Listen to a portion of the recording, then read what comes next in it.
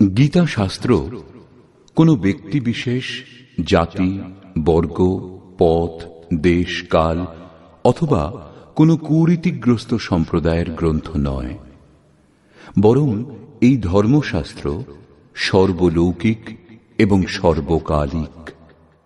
এই শাস্ত্র প্রত্যেক দেশ, প্রত্যেক জাতি, যে কোনো বয়সের প্রতিটি স্ত্রী পুরুষের জন্য, সবার জন্য। গীতা সম্পূর্ণ মানব জাতির ধর্মশাস্ত্র এবং অত্যন্ত গৌরবের বিষয় যে গীতা আপনারও ধর্মশাস্ত্র।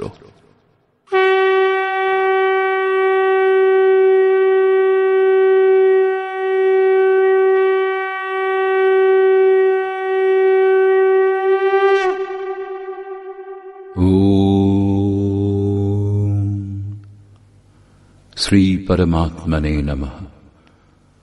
যথার্থ গীতা, শ্রীমদ্ ভগবৎ গীতা, অথ তৃতীয় অধ্যায়। দ্বিতীয় অধ্যায়ে ভগবান শ্রীকৃষ্ণ বলেছেন যে এই বুদ্ধি তোমার জন্য জ্ঞান মার্গের বিষয় বলা হয়েছে। সেই বুদ্ধি কি? এই যে যুদ্ধ করো। এই যুদ্ধে বিজয়ী হলে মহামহিম স্থিতি এবং পরাজয় হলে দেবত্ব লাভ হবে। জয়লাভ করলে সর্বস্ব এবং পরাভব হলে দেবত্ব, কিছু লাভ হবেই। অতএব এই দৃষ্টিতে লাভ লোকসান দুটিতেই কিছু না কিছু লাভ হবে, কিঞ্চিত মাত্র ক্ষতি নেই। পুনরায় বললেন, এখন তুমি নিষ্কাম কর্মযোগের বিষয়ে শোনো, যে বুদ্ধির সঙ্গে যুক্ত হয়ে তুমি কর্মবন্ধন থেকে সম্পূর্ণরূপে মুক্ত হয়ে যাবে। পুনরায় এই কর্মের বিশেষত্বের উপর আলোকপাত করলেন। কর্ম করবার সময় সাবধান হতে বললেন এবং ফলের আকাঙ্ক্ষা ত্যাগ করতে বললেন। কামনা শূন্য হয়ে কর্মে প্রবৃত্ত হতে বললেন। বললেন, কর্ম করবার সময় অশ্রদ্ধাও যেন না হয়, তাহলেই তুমি কর্মবন্ধন থেকে মুক্ত হবে। মুক্ত হবে ঠিকই, কিন্তু সে বিষয়ে তোমার অবস্থান সম্বন্ধে তোমার অবহিত থাকার কথা নয়। অতএব অর্জুনের নিষ্কাম কর্মযোগ অপেক্ষা জ্ঞান মার্গই সহজ বলে বোধ হল। তিনি জিজ্ঞাসা করলেন, হে জনার্দন, নিষ্কাম কর্মযোগ অপেক্ষা জ্ঞান মার্গই যদি আপনার বিচারে শ্রেষ্ঠ, তবে কেন আমাকে এই ভয়ঙ্কর কর্মে নিযুক্ত করছেন? এই জিজ্ঞাসা স্বাভাবিক ছিল। মনে করুন, আপনার সম্মুখে দুটি পথ আছে, দুটি একই স্থানে নিয়ে যায়। এখন আপনি যদি যেতে চান, তাহলে নিশ্চয়ই জিজ্ঞাসা করবেন উভয়ের মধ্যে সুগম কোনটি। যদি না করেন, তাহলে আপনি পথিক নন। ঠিক এইভাবে অর্জুনও জিজ্ঞাসা করলেন। অর্জুন উবাচ,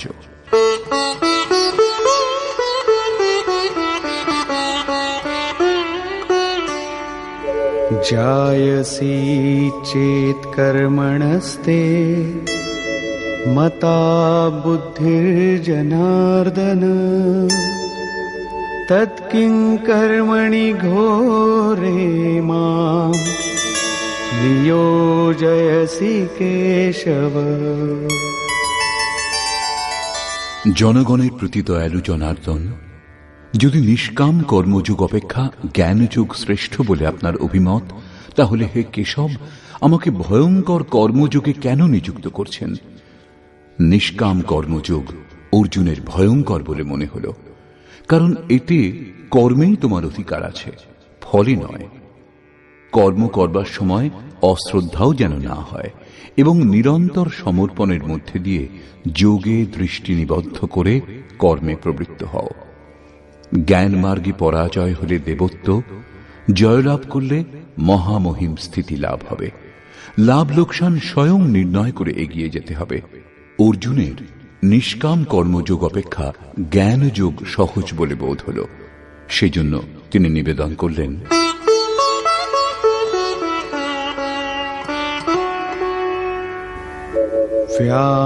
व्यामिश्रेणेव वाक्येन बुद्धिं मोहयसीव मे तदेकं वद निश्चित्य येन श्रेयोऽहमाप्नुयाम्। আপনি এই মিশ্রিত বাক্যের দ্বারা আমার বুদ্ধি যেন মুগ্ধ করছেন। আপনি আমার বুদ্ধির মোহ দূর করবার জন্য প্রবৃত্ত হয়েছেন। অতএব উভয়ের একটি আমাকে নিশ্চয় করে বলুন, যার দ্বারা আমি শ্রেয়, পরম কল্যাণ, মোক্ষ লাভ করতে পারি। এই প্রসঙ্গে শ্রীকৃষ্ণ বললেন, শ্রী ভগবান উবাচ, লোকেऽস্মিन् দ্বিবিধা নিষ্ঠা পুরা প্रोक्ता मया नघ জ্ঞানযোগেন সাংখ্যানাং কর্মযোগেন যোগিনাং। হে নিষ্পাপ অর্জুন, এই লোকে সত্যানুসন্ধানের দুটি ধারার কথা পূর্বে আমার দ্বারা বলা হয়েছে। পূর্বের অর্থ সত্যযুগ অথবা ত্রেতা যুগ নয়, পরন্তু যা দ্বিতীয় অধ্যায়ে বলে এসেছি। জ্ঞানীগণের জন্য জ্ঞান মার্গ এবং যোগীগণের জন্য নিষ্কাম কর্মযোগ বলা হয়েছে। উভয় মার্গ অনুসারে কর্ম করতে হবে, কর্ম অনিবার্য।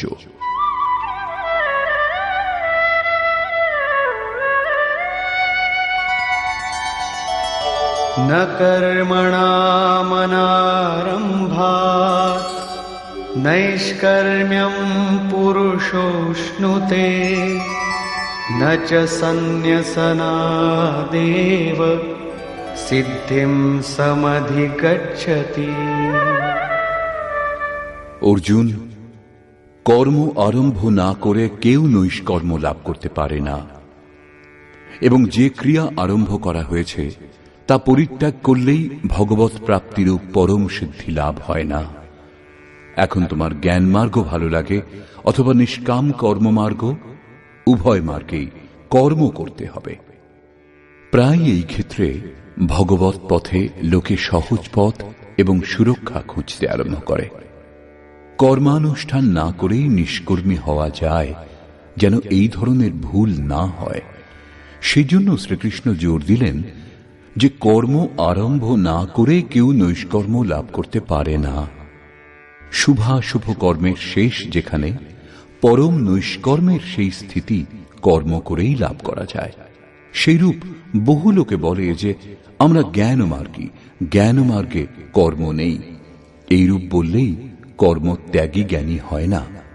যে ক্রিয়া আরম্ভ হয়েছে তা ত্যাগ করলেই কেউ ভগবৎ সাক্ষাৎকার রূপ পরম সিদ্ধি লাভ করে না। কারণ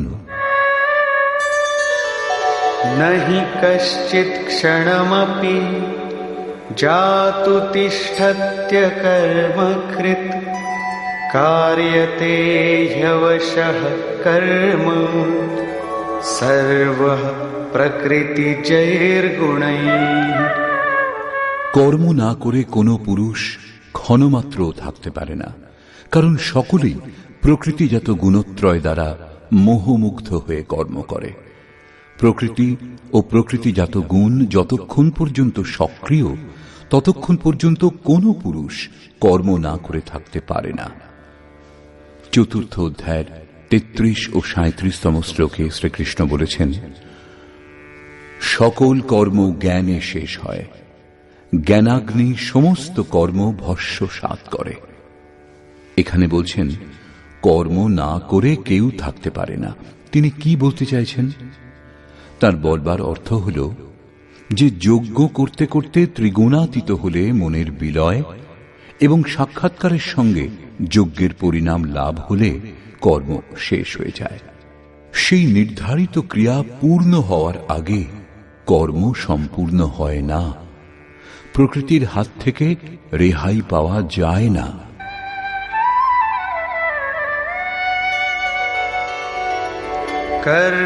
कर्मेन्द्रियाणि संयम्य य आस्ते मनसा स्मरन् इन्द्रियार्थान् विमूढात्मा मिथ्याचार स उच्यते।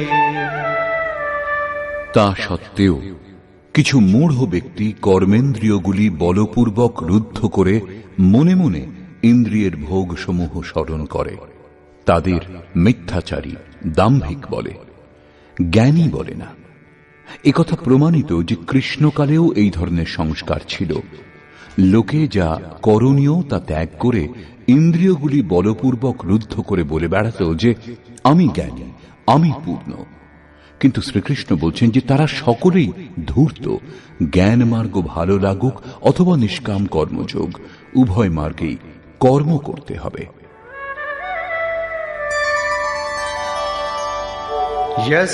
यस्त्विन्द्रियाणि मनसा नियम्यारभतेऽर्जुन कर्मेन्द्रियैः कर्मयोगम् असक्तः स विशिष्यते। অর্জুন, যিনি মন থেকে ইন্দ্রিয় সমূহ সংযত করেন, যখন মনেও বাসনার স্ফুরণ হয় না, সর্বদা অনাসক্ত হয়ে কর্মেন্দ্রিয় দ্বারা কর্মযোগের আচরণ করেন, তিনি শ্রেষ্ঠ। একথা বোঝা গেল যে কর্মের আচরণ করতে হবে, কিন্তু প্রশ্ন যে কোন কর্ম করব। ভগবান শ্রীকৃষ্ণ বলছেন, নিয়তং কুরু কর্ম ত্বং কর্মজায়ো হ্যকর্মণঃ শরীরয়াত্রাপি চ তে ন প্রসিদ্ধেদ কর্মণঃ। অর্জুন, তুমি নির্ধারিত কর্ম করো, অর্থাৎ কর্মের সংখ্যা অনেক, কিন্তু তার মধ্যে নির্দিষ্ট যে কর্মটি সেই নিয়ত কর্ম করো। কর্ম না করা অপেক্ষা কর্ম করাই শ্রেয়, কারণ কর্ম করে অল্প দূরত্বও অতিক্রম করে থাকলে, যেমন পূর্বে বলেছেন, জন্ম মৃত্যুর মহাভয় থেকে উদ্ধার করে, সেই জন্য শ্রেয়।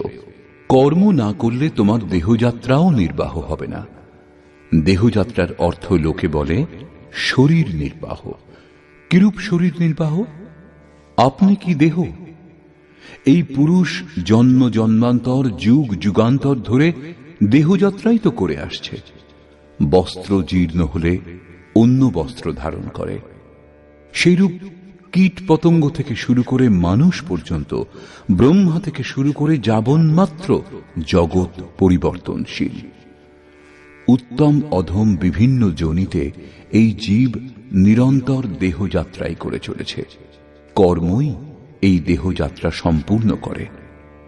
মনে করুন, একটা মাত্র জন্ম নিতে হয়েছে, কিন্তু তবু যাত্রা তো সম্পূর্ণ হয়নি। এখনো সে পথিক। যাত্রা সম্পূর্ণ তখনই হবে যখন গন্তব্য এসে যাবে।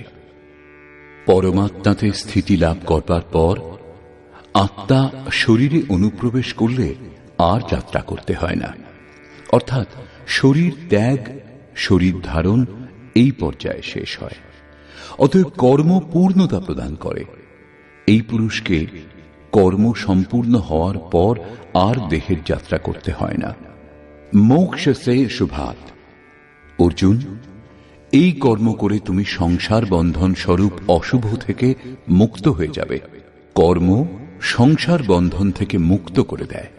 এখন প্রশ্ন, সেই নির্ধারিত কর্ম কি? শ্রী ভগবান বলছেন, যজ্ঞার্থাৎ কর্মণোন্যত্র লোকোয়ং কর্ম বন্ধনঃ তদর্থং কর্ম কৌন্তেয় মুক্ত সঙ্গ সমাচর। অর্জুন, যজ্ঞের অনুষ্ঠানই কর্ম। যে ক্রিয়া দ্বারা যজ্ঞ পূর্ণ হয় সেই ক্রিয়া কর্ম। প্রমাণিত হল যে কর্ম একটি নির্ধারিত প্রক্রিয়া। এছাড়া অন্য কর্ম কি কর্ম নয়? শ্রীকৃষ্ণ বললেন, না, সেসব কর্ম নয়। অন্যত্র লোকয়াম কর্ম বন্ধনা। এই যজ্ঞের অনুষ্ঠান ছাড়া জগতে যা কিছু করা, যাতে সারা জগৎ রাত দিন ব্যস্ত, সে সমস্ত এই লোকেরই বন্ধন, কর্ম নয়। কর্ম মোক্ষ সে শুভাত, অশুভ অর্থাৎ সংসার বন্ধন থেকে মুক্তি প্রদান করে। একমাত্র কর্ম হল যজ্ঞের প্রক্রিয়া।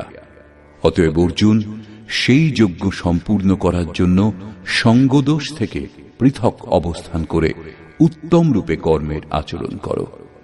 সঙ্গদোষ থেকে পৃথক না হলে এই কর্ম সম্পূর্ণ হয় না।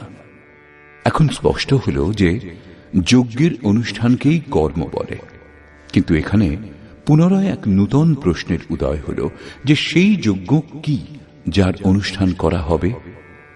সেই জন্য প্রথমে যজ্ঞ কি তা না বলে শ্রীকৃষ্ণ বললেন যে যজ্ঞের উৎপত্তি হল কোত্থেকে, যজ্ঞ থেকে আমরা কি ফল লাভ করি তার বিশেষত্ব বললেন, এবং চতুর্থ অধ্যায়ে স্পষ্ট করেছেন যে যজ্ঞ কি যার অনুষ্ঠান করলে কর্মের আরম্ভ হবে।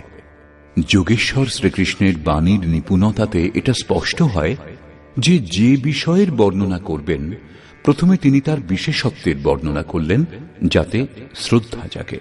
তারপর তিনি তাতে যে সতর্কতা অবলম্বন করতে হয় তার উপর আলোকপাত করলেন এবং অবশেষে মুখ্য সিদ্ধান্ত প্রতিপাদন করলেন। এখানে স্মরণ রাখা আবশ্যক, শ্রীকৃষ্ণ কর্মের অন্যান্য অঙ্গের উপর আলোকপাত করেছেন যে কর্ম হল নির্ধারিত ক্রিয়া, নির্ধারিত ক্রিয়া ব্যতীত অন্য কর্ম কর্ম নয়। দ্বিতীয় অধ্যায়ে প্রথমবার কর্মের নাম উল্লেখ করেছেন, তার বিশেষত্বের উপর জোর দিলেন, তাতে যে সতর্কতা অবলম্বন করা হয় তার উপর আলোকপাত করলেন, কিন্তু কর্ম কি বললেন না। এখানে বর্তমান অধ্যায়ে বললেন যে কেউ কর্ম না করে থাকতে পারে না। প্রকৃতির প্রভাবে মানুষ কর্ম করে। এছাড়া যারা ইন্দ্রিয়গুলিকে বলপূর্বক অবরুদ্ধ করে মন থেকে বিষয় চিন্তা করে তারা অহংকারী। সেই জন্য অর্জুন, মনের দ্বারা ইন্দ্রিয় সমূহ সংযত করে তুমি কর্ম করো, কিন্তু কোন কর্ম করা হবে সে প্রশ্নটি যেমন তেমনি রইল। যোগেশ্বর শ্রীকৃষ্ণ বললেন, অর্জুন তুমি নির্ধারিত কর্ম করো। এখন প্রশ্ন, সেই নির্ধারিত কর্ম কি যার অনুষ্ঠান করতে বলেছেন? তিনি বলছেন যজ্ঞের অনুষ্ঠান করাই কর্ম। এখন প্রশ্ন ওঠে যে যজ্ঞ কি? এখানে যজ্ঞের উৎপত্তি এবং বিশেষত্ব পর্যন্ত বলবেন। চতুর্থ অধ্যায়ে যজ্ঞের সম্বন্ধে সুস্পষ্ট ধারণা হবে যার অনুষ্ঠানই কর্ম। গীতা শাস্ত্র বোঝার চাবিকাঠি হল কর্মের এই পরিভাষা। যজ্ঞ ছাড়া সবকিছু করে সংসারী লোকেরা। কেউ চাষ করে, কেউ ব্যবসা, কেউ উচ্চ পদে প্রতিষ্ঠিত, কেউ সেবক, কেউ বা নিজেকে বুদ্ধিজীবী বলে, কেউ বলে শ্রমিক, কেউ সমাজ সেবাকে, কেউ দেশ সেবাকে কর্ম বলে মনে করে। এই কর্মগুলির মধ্যে কিছু কর্মকে সকাম এবং কিছু কর্মকে নিষ্কাম কর্ম বলে লোকের ভূমিকাও তৈরি করে নিয়েছে, কিন্তু শ্রীকৃষ্ণের অনুসারে সেসব কর্ম নয়। অন্যত্র লোকোয়ম কর্ম বন্ধনা। যজ্ঞের অনুষ্ঠান ছাড়া যা কিছু করা হয় সেসব কর্ম এই লোকেরই বন্ধন, মোক্ষ প্রদানকারী কর্ম নয়। বস্তুত যজ্ঞের অনুষ্ঠান কর্ম। এখন যজ্ঞ কি তা না বলে ভগবান শ্রীকৃষ্ণ বলছেন যজ্ঞ এলো কোথা থেকে।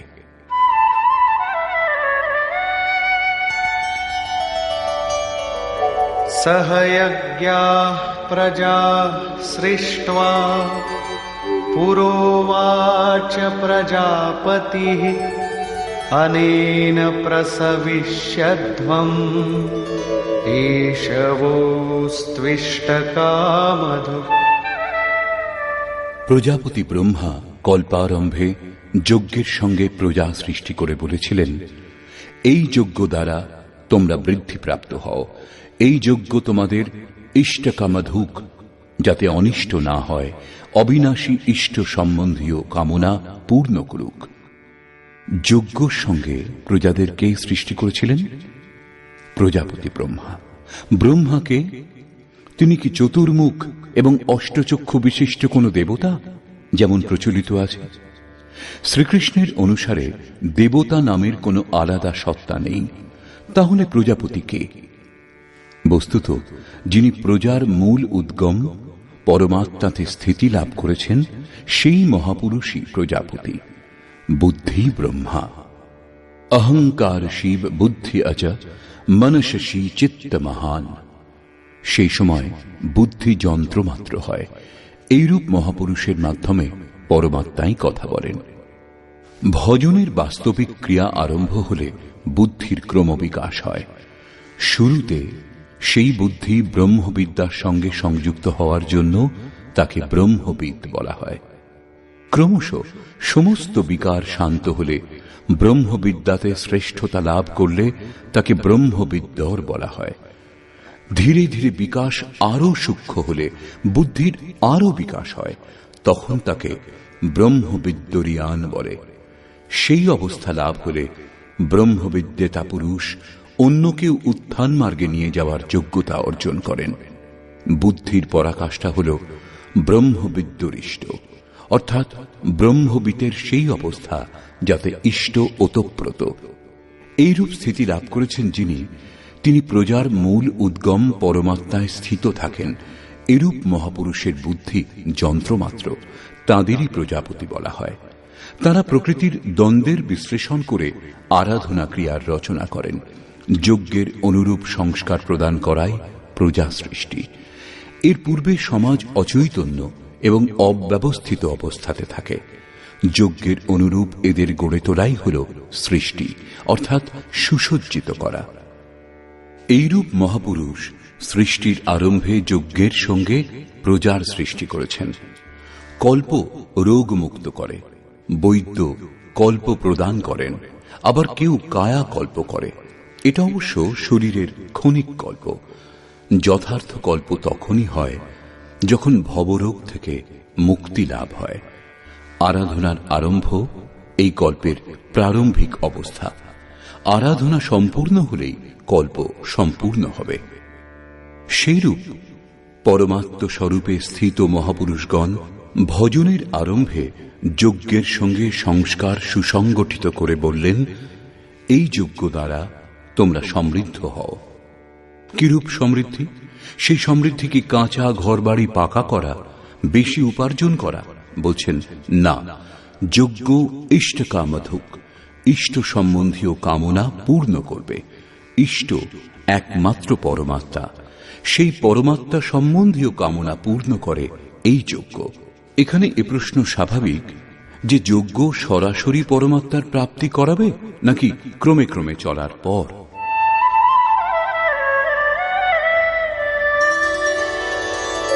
দেবান ভাবয়তানেন তে দেবা ভাবয়ন্তু বহ পরস্পরম ভাবয়ন্তঃ শ্রেয়ঃ পরমবাপ্স্যথ। এই যজ্ঞ দ্বারা দেবতাগণের উন্নতি করো, অর্থাৎ দৈবী সম্পদের বৃদ্ধি করো। সেই দেবতাগণ তোমাদের উন্নত করবেন। এইরূপ পরস্পরের উন্নতি দ্বারা পরম শ্রেয়, যার পর কিছু লাভ করা বাকি থাকবে না, এইরূপ পরম কল্যাণ লাভ করবে। যেমন যেমন আমরা যজ্ঞের অনুষ্ঠান করব, পরে যজ্ঞের অর্থ আরাধনার বিধি হবে, তেমন তেমন হৃদয়ে দৈবী সম্পদ অর্জন হতে থাকবে। পরম দেব এক পরমাত্মা। সেই পরম দেবে স্থিতি লাভ করতে সাহায্য করে যে সম্পদ, অন্তঃকরণে যে সজাতীয় প্রবৃত্তি বিদ্যমান, সেই সজাতীয় প্রবৃত্তি সমূহই দৈবী সম্পদ। কারণ এদের সাহায্যেই পরম দেবের প্রাপ্তি হয়, সেজন্য দৈবী সম্পদ বলা হয়। বাহ্য জগতের দেবতা পাথর জল নয়, যেমন লোকে কল্পনা করে। যোগেশ্বর শ্রীকৃষ্ণের বাণীতে তাদের অস্তিত্ব নেই। তিনি আরো বলছেন,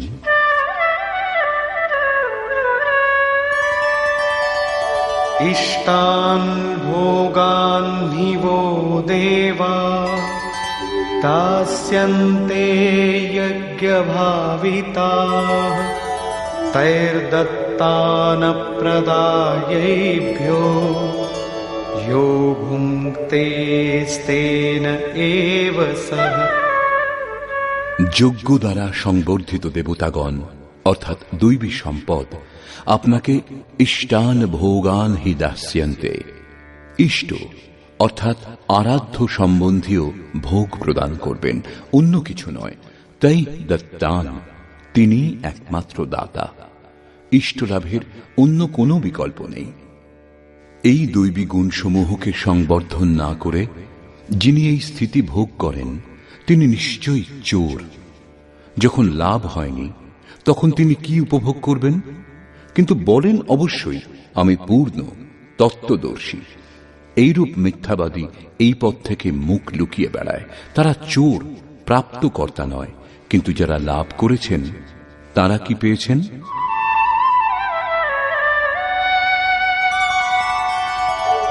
यज्ञशिष्टाशिनः सन्तो मुच्यन्ते सर्वकिल्बिषैः भुञ्जते ते त्वघं पापा ये पचन्त्यात्मकारणात्। যে সাধু পুরুষগণ যজ্ঞাবশেষ অন্ন গ্রহণ করেন তারা সকল পাপ থেকে মুক্ত হন। দৈবী সম্পদের বৃদ্ধি করতে করতে পরিণামে প্রাপ্তিকালই পূর্তিকাল। যজ্ঞ সম্পূর্ণ হয় যখন, তখন অবশিষ্ট যিনি থাকেন তিনি হলেন ব্রহ্ম। সেই ব্রহ্মই আবার অন্ন। একেই শ্রীকৃষ্ণ অন্যভাবে বললেন, যজ্ঞ শিষ্টামৃত ভুজৌ ইয়ান্তি ব্রহ্ম সনাতনম। যজ্ঞ যার সৃষ্টি করে সেই অসন যিনি গ্রহণ করেন তিনি ব্রহ্মে লীন হন। এখানে তিনি বলছেন যজ্ঞাবশেষ অসন ব্রহ্ম পীযূষ যিনি পান করেন তিনি সকল পাপ থেকে মুক্ত হন। সাধু ব্যক্তি মুক্ত হন, কিন্তু পাপী যারা তারা মোহজাত দেহের পোষণের জন্যই অন্ন পাক করে, পাপান্ন গ্রহণ করে। তারা ভজন করে, আরাধনা বুঝে অগ্রসরও হয়, কিন্তু পরিবর্তে কিছু কামনা করে। আত্মকারণাৎ, দেহের এবং এই দেহের সম্বন্ধীয়দের কিছু লাভ হোক।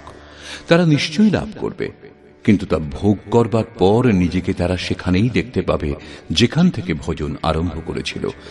এর থেকে বেশি ক্ষতি কি হতে পারে? যখন এই দেহটাই নশ্বর, তখন এর সুখ ভোগ কতদিন? তারা আরাধনা করে, কিন্তু পরিবর্তে পাপ গ্রহণ করে। পলটি সুধাতে সঠ বিশলেহি, তা নষ্ট হবে না ঠিক, কিন্তু এগিয়েও যাবে না। সেজন্য শ্রীকৃষ্ণ নিষ্কাম হয়ে কর্ম অর্থাৎ ভজন করবার উপর জোর দিলেন। এখন পর্যন্ত শ্রীকৃষ্ণ বলেছেন যে যজ্ঞ পরম শ্রেয় প্রদান করে এবং মহাপুরুষই তার রচনা করেন। কিন্তু মহাপুরুষ প্রজা রচনার জন্য কেন প্রবৃত্ত হন এ সম্বন্ধে বলছেন,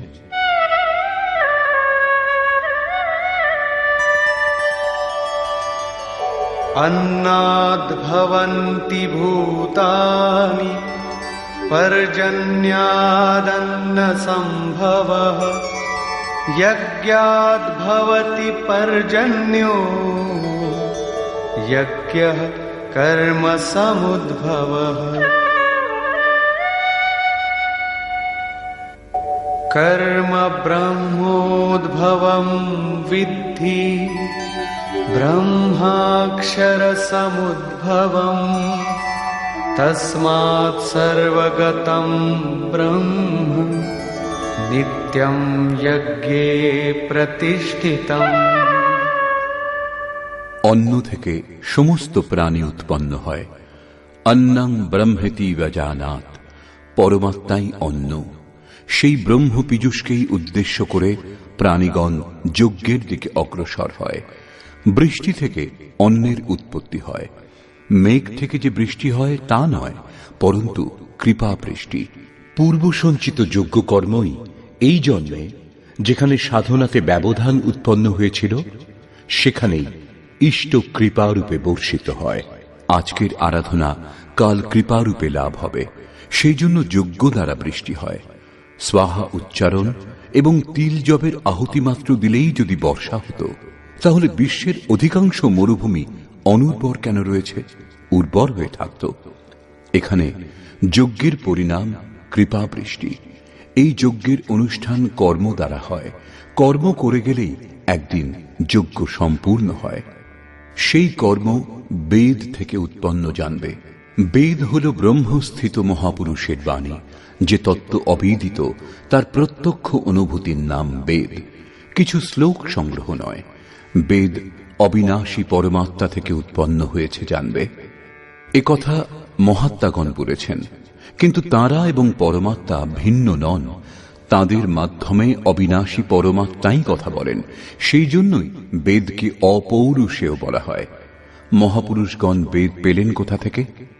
অবিনাশী পরমাত্মা থেকে বেদের জন্ম হয়েছে। সেই মহাপুরুষগণ, এবং তিনি অভিন্ন, তাঁরা যন্ত্রমাত্র। সেই জন্য তাঁদের মাধ্যমে পরমাত্মাই কথা বলেন। কারণ যজ্ঞের অনুষ্ঠান করে যখন মন নিরুদ্ধ হয়, তখনই পরমাত্মাকে জানা যায়। সেই জন্য সর্বব্যাপী পরম অক্ষর পরমাত্মা সর্বদা যজ্ঞেই প্রতিষ্ঠিত। যজ্ঞের অনুষ্ঠানই তাকে লাভ করবার একমাত্র উপায়। এরই উপর ভগবান জোর দিলেন। एवं प्रवर्तितं चक्रं नानुवर्तयति हयः अघायुरिन्द्रियारामो मोघं पार्थ सजीवति। হে পার্থ, যে ব্যক্তি ইহলোকে মনুষ্য দেহ লাভ করে এই সাধন চক্রের অনুসারে অনুষ্ঠান করে না, অর্থাৎ দৈবী সম্পদের উৎকর্ষ, দেবতাগণের বৃদ্ধি এবং পরস্পর বৃদ্ধি দ্বারা অক্ষয়ধাম লাভ, এই ক্রম অনুসারে যে কর্মে প্রবৃত্ত হয় না, ইন্দ্রিয়গুলির সুখ আকাঙ্ক্ষী সেই পাপী ব্যক্তি বৃথা জীবন ধারণ করে। বন্ধুগণ, যোগেশ্বর শ্রীকৃষ্ণ দ্বিতীয় অধ্যায়ে শুধু কর্মের নাম নিয়েছেন এবং বর্তমান অধ্যায়ে বলছেন নিয়ত কর্মের আচরণ করো। যজ্ঞের প্রক্রিয়াই কর্ম। এছাড়া যা কিছু করা হয় তা এই লোকেরই বন্ধন। এই কারণে সঙ্গদোষ থেকে পৃথক অবস্থান করে যজ্ঞের পূর্তির জন্য কর্মের আচরণ করো। তিনি যজ্ঞের বিশেষত্বের উপর আলোকপাত করলেন এবং বললেন, যজ্ঞের উৎপত্তি হয়েছে ব্রহ্মা থেকে। প্রজা অন্যকে উদ্দেশ্য করে যজ্ঞে প্রবৃত্ত হয়। যজ্ঞ কর্ম থেকে এবং কর্ম অপৌরুষেয় বেদ থেকে উৎপন্ন হয়েছে। বেদ মন্ত্রগুলির দ্রষ্টা মহাপুরুষগণ ছিলেন। তাদের পুরুষকার বিলীন হয়ে গিয়েছিল। প্রাপ্তির পর শেষে অবিনাশী পরমাত্মাই শুধু থাকেন। সেই জন্য বেদ পরমাত্মা থেকে উৎপন্ন। সর্বব্যাপী পরমাত্মা সর্বদা যজ্ঞে প্রতিষ্ঠিত।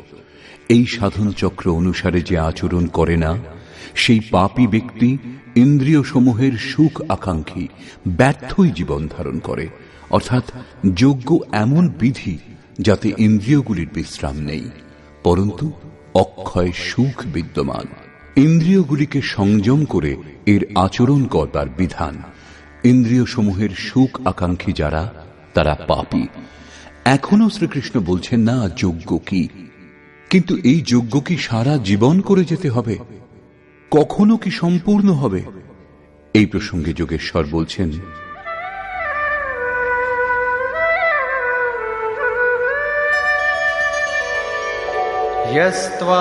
यस्त्वात्मरतिरेव स्यात् आत्मतृप्तश्च मानवः आत्मन्येव च सन्तुष्टः तस्य कार्यं न विद्यते।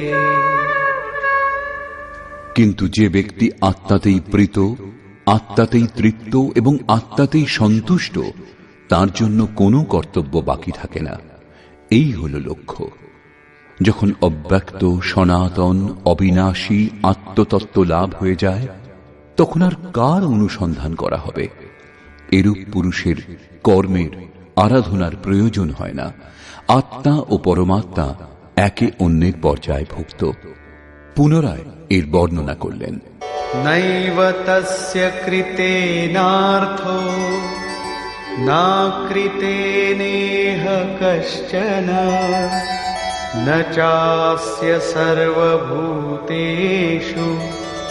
কশ্চিদর্থব্যপাশ্রয়ঃ। এই সংসারে সেই পুরুষের কর্ম করেও কোনো লাভ নেই এবং কর্ম না করলেও কোনো লোকসান নেই। কিন্তু আত্মতত্ত্ব লাভ হওয়ার পূর্বে এর প্রয়োজন ছিল। তার সমগ্র প্রাণী জগতের সঙ্গে কোনো স্বার্থ সম্বন্ধ থাকে না। আত্মাই শাশ্বত, সনাতন, অব্যক্ত, অপরিবর্তনশীল ও অক্ষয়। যখন আত্মা লাভ হয়ে গেছে এবং তাতেই সন্তুষ্ট, তাতেই তৃপ্ত, তাতেই ওতপ্রোত এবং স্থিত আছেন, যখন এর থেকে শ্রেষ্ঠ কোনো সত্তা নেই, তখন কার খোঁজ করা হবে, কি লাভ হবে? সেই পুরুষের কর্ম ত্যাগ করলেও কোনো ক্ষতি নেই, কারণ বিকারের চিহ্ন যে চিত্তে পড়ে সেই চিত্তই বিলুপ্ত হয়ে গেছে। তার সকল ভূতে, বাহ্য জগতে এবং আন্তরিক সংকল্পের স্তরে কোনো উদ্দেশ্য থাকে না। সব থেকে বড় উদ্দেশ্য ছিল পরমাত্মাকে লাভ করা। যখন তাকে লাভ করেছেন, তখন অন্য কারুকে তার কি প্রয়োজন? তস্মাদসক্তঃ সততম কার্যং কর্ম সমাচর আসক্তো হ্যাচরন কর্ম পরমাপ্নোতি পুরুষঃ। সেই স্থিতি লাভ করবার জন্য তুমি অনাসক্ত হয়ে নিরন্তর কার্যম কর্ম, করণীয় যে কর্ম, উত্তম রূপে সেই কর্মের অনুষ্ঠান করো। কারণ অনাসক্ত পুরুষ কর্মের অনুষ্ঠান করে পরমাত্মাকে লাভ করেন। নিয়ত কর্ম, কার্যম কর্ম এক। কর্মের প্রেরণা দিয়ে তিনি বললেন, কর্মণৈব হি সংসিদ্ধিম আস্থিতা জনকাদয়ঃ লোকসংগ্রহমেবাপি সম্পশ্যন কর্তুমর্হসি। জনকের তাৎপর্য রাজা জনক নয়। জনক জন্মদাতাকে বলে। যোগী জনক আপনার স্বরূপকে জন্ম দেয়, প্রকট করে। যোগ সংযুক্ত প্রত্যেক মহাপুরুষ জনক। এরূপ যোগ সংযুক্ত বহু ঋষি জনকাদয়, জনক ইত্যাদি জ্ঞানী মহাপুরুষও কর্মণা এব হি সংসিদ্ধিম, কর্ম করেই পরম সিদ্ধি লাভ করেছেন। পরম সিদ্ধির অর্থ হল পরম তত্ত্ব পরমাত্মাকে লাভ করা। প্রাচীনকালে জনক ইত্যাদি যত মহর্ষি হয়েছেন, এই কার্যম কর্মের দ্বারা, যা যজ্ঞের প্রক্রিয়া, এই কর্ম করেই সমসিদ্ধিম, পরম সিদ্ধি লাভ করেছেন। কিন্তু লাভ করবার পর তাঁরাও লোক সংগ্রহের জন্য কর্ম করেন, লোক কল্যাণের জন্য কর্ম করেন। অতএব তুমি প্রাপ্তির পর লোকনায়ক হওয়ার জন্য কর্ম করবার উপযুক্ত। কেন? এখন শ্রীকৃষ্ণ বলছেন যে লাভ করবার পর মহাপুরুষের কর্ম করলে কোনো লাভ হয় না, এবং কর্ম না করলেও তার কোনো লোকসান হয় না।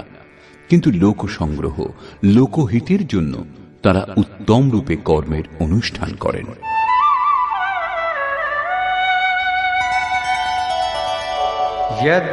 যদ্যদাচরতি শ্রেষ্ঠঃ তত্তদেবেতরো জনঃ স যৎপ্রমাণং কুরুতে লোকস্তদনুবর্ততে। শ্রেষ্ঠ ব্যক্তি যা যা আচরণ করেন, সাধারণ লোকে তাই অনুকরণ করে। সেই মহাপুরুষ যা কিছু প্রমাণ করে দেন, অন্য লোকে তাই অনুসরণ করে। পূর্বে শ্রীকৃষ্ণ স্বরূপে স্থিত আত্মতৃপ্ত মহাপুরুষের অবস্থিতির ওপর আলোকপাত করেছেন।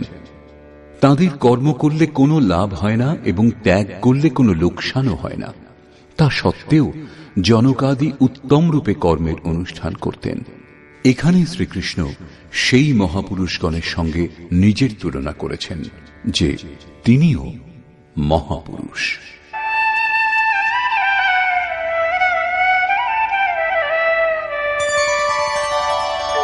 ন মে পার্থাস্তি কর্তব্যম ত্রিষু লোকেষু কিঞ্চন নানবাপ্তমবাপ্তব্যম বর্ত এব চ কর্মণি।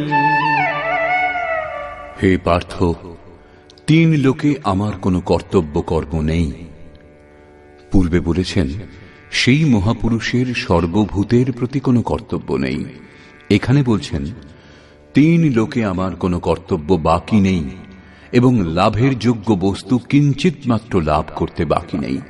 তা সত্ত্বেও আমি উত্তম প্রকার কর্মের আচরণ করি। কেন? यदि ह्यहं न वर्तेयं जातु कर्मण्यतन्द्रितः मम वर्त्मानुवर्तन्ते मनुष्याः पार्थ सर्वशः। কারণ যদি আমি সাবধান হয়ে কর্ম না করি তাহলে মনুষ্যগণ আমার অবলম্বিত পথেরই অনুগামী হবে। তাহলে আপনার অনুকরণ কি খারাপ? শ্রীকৃষ্ণ বললেন, হ্যাঁ। উৎসীদেয়ুরিমে লোকা ন কুর্যাং কর্ম চেদহং সংকরস্য চ কর্তা স্যাম উপহন্যামি মাঃ প্রজাঃ। যদি আমি সাবধান হয়ে কর্ম না করি তাহলে এই সকল লোক ভ্রষ্ট হবে এবং আমি সংকরাস্য বর্ণ সংকরের সৃষ্টিকর্তা হব এবং এই সকল প্রজার বিনাশের কারণ হব। স্বরূপে স্থিত মহাপুরুষ সতর্ক হয়ে যদি আরাধনাক্রমে প্রবৃত্ত না থাকেন তাহলে সমাজ তার অনুকরণ করে ভ্রষ্ট হয়ে যাবে। তিনি না করলেও তার কোনো লোকসান নেই, কারণ তিনি আরাধনা সম্পূর্ণ করে নিবৃত্ত হয়েছেন। কিন্তু সমাজ তো এখনো আরাধনা আরম্ভই করেনি। অনুগামীদের পথ প্রদর্শনের জন্যই মহাপুরুষ কর্ম করেন, আমিও করি। অর্থাৎ শ্রীকৃষ্ণ মহাপুরুষ ছিলেন, বৈকুণ্ঠ থেকে আবির্ভূত কোন অবতার নন। তিনি বললেন, মহাপুরুষ লোককল্যাণের জন্য কর্ম করেন, আমিও করি। আমি যদি না করি তাহলে মানুষ আদর্শভ্রষ্ট হবে, সকলেই কর্ম ত্যাগ করবে। মন বড় চঞ্চল, সবকিছু পেতে চায়, কেবল ভজন করতে চায় না।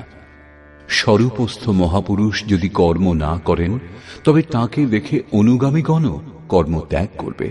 অজুহাত দেখাবে যে ইনি তো ভজন করেন না, পান খান, সুগন্ধদ্রব্য ব্যবহার করেন, সামান্য জনের মতো কথা বলেন, তবুও একে মহাপুরুষ বলে সমাদর করা হয়। এরূপ চিন্তা করে তারাও আরাধনা ত্যাগ করে আদর্শভ্রষ্ট হয়। শ্রীকৃষ্ণ বললেন, যদি আমি কর্ম না করি তাহলে সকলেই ভ্রষ্ট হবে এবং আমি বর্ণ সংকর দোষের মূল কারণ হব। স্ত্রীগণ কলুষিত হলে বর্ণ সংকরের প্রভাব দেখা যায়। অর্জুনও এই ভয়ে ব্যাকুল ছিলেন যে স্ত্রীগণ কলুষিত হলে বর্ণ সংকর উৎপন্ন হবে। কিন্তু শ্রীকৃষ্ণ বললেন, যদি আমি সাবধান হয়ে আরাধনায় রত না থাকি তাহলে বর্ণ সংকর দোষের মূল কারণ আমি হব। বস্তুত আত্মার শুদ্ধ বর্ণ পরমাত্মা। নিজের শাশ্বত স্বরূপের পথ থেকে ভ্রষ্ট হওয়াই বর্ণ সংকরতা। স্বরূপস্থ মহাপুরুষ আরাধনা ক্রিয়াতে প্রবৃত্ত না থাকলে অনুগামীগণ তাকে অনুকরণ করতে গিয়ে ক্রিয়ারহিত হয়ে যাবে, আত্মপথ থেকে ভ্রষ্ট হবে, বর্ণ সংকর হয়ে যাবে, তারা প্রকৃতির মোহে মুগ্ধ হবে। স্ত্রীগণের সতীত্ব এবং জাতির শুদ্ধতা এগুলি সামাজিক ব্যবস্থা, অধিকারের প্রশ্ন। সমাজের পক্ষে এর উপযোগিতাও আছে, কিন্তু মাতা পিতার ভুলের কোনো প্রভাব সন্তানের সাধনার উপর পড়ে না। আপন করণী পার উতরণী। হনুমান, ব্যাস, বশিষ্ঠ, নারদ, সুখদেব, কবির, যিশু এরা উত্তম মহাপুরুষ হয়েছিলেন, কিন্তু সামাজিক কুলীনতার সঙ্গে এদের কোনো সম্পর্ক ছিল না। আত্মা নিজের পূর্বজন্মের গুণধর্ম সঙ্গে নিয়ে আসে। শ্রীকৃষ্ণ বলছেন, মনঃ ষষ্ঠানি ইন্দ্রিয়াণি প্রকৃতি স্থানে কর্ষতি। মন ও ইন্দ্রিয় সমূহ দ্বারা যে কাজ এই জন্মে করা হয় সেই সংস্কার নিয়ে জীবাত্মা পুরনো দেহ ত্যাগ করে নূতন দেহে প্রবেশ করে। এতে জন্মদাতাদের কোনো ভূমিকা নেই, তাদের বিকাশক্রমে কোনো ব্যবধানের সৃষ্টি হয় না। অতএব স্ত্রীগণ কলুষিত হলে বর্ণ সংকর হয় না। স্ত্রীগণের কলুষিত হওয়া এবং বর্ণ সংকরের মধ্যে কোনো সম্পর্ক নেই। শুদ্ধ স্বরূপের দিকে অগ্রসর না হয়ে প্রকৃতিতে মুগ্ধ হওয়াকেই বর্ণ সংকর বলে। মহাপুরুষ যদি সাবধান হয়ে ক্রিয়াতে নিয়ত কর্মে প্রবৃত্ত না থাকেন এবং অন্য লোকদের দিয়ে ক্রিয়া না করান, তাহলে তিনি সেই সকল প্রজার হননকারী, বিনাশক হন। সাধনাক্রমে চলে সেই মূল অবিনাশীকে লাভ করাই জীবন, এবং প্রকৃতিতে মুগ্ধ হওয়া, পথভ্রষ্ট হওয়াই মৃত্যু। কিন্তু মহাপুরুষ যদি এই সকল প্রজাদের ক্রিয়াপথে চালিত না করেন, সেই সকল প্রজাদের সংযত করে সৎপথে না চালান, তাহলে তিনি সকল প্রজার হননকর্তা, হিংসক হবেন। এবং যিনি স্বয়ং চলে অন্যকেও সেই পথে চালান, তিনি শুদ্ধ অহিংসক। গীতা শাস্ত্র অনুসারে দেহের মৃত্যু নশ্বর কলেবরের মৃত্যু, পরিবর্তন মাত্র, হিংসা নয়।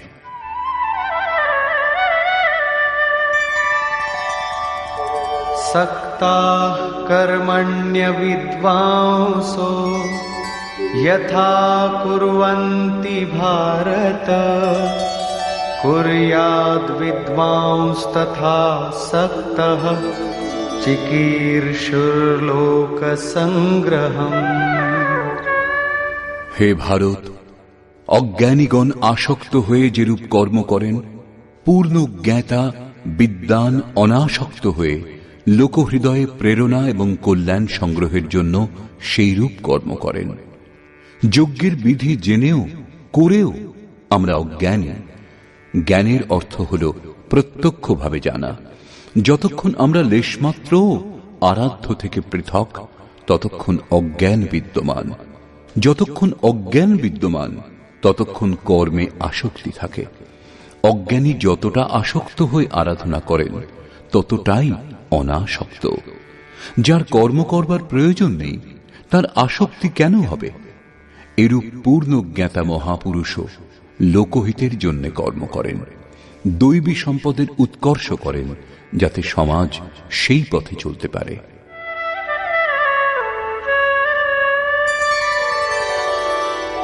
न बुद्धिभेदं जनयेद् अज्ञानां कर्मसंगिनां जोषयेत् सर्वकर्माणि विद्वान् युक्तः समाचरन्। জ্ঞানী পুরুষের লক্ষ্য রাখা উচিত যাতে কর্মে আসক্ত অজ্ঞানীগণের বুদ্ধিভ্রম না হয়, অর্থাৎ স্বরূপস্থ মহাপুরুষগণ সতর্ক হয়ে আচরণ করবেন, যাতে অনুগামীদের মনে কর্মের প্রতি অশ্রদ্ধা উৎপন্ন না হয়। পরমাত্ম তত্ত্বের সঙ্গে সংযুক্ত মহাপুরুষের উচিত স্বয়ং উত্তম রূপে নির্ধারিত কর্ম করে তাদেরও সেই কর্ম করবার জন্য প্রেরণা দান। এই কারণেই চিত্রকূট অনুসূয়া আশ্রমে পূজ্য মহারাজজি বৃদ্ধাবস্থাতেও রাত 2টোয় উঠতেন এবং রাত 3টে আশ্রমবাসী সাধকদের ডেকে তুলে বলতেন, মাটির পুতুলরা ওঠো সবাই। আশ্রমবাসীগণ উঠে যে যার চিন্তন ক্রিয়ায় মগ্ন হয়ে যেতেন।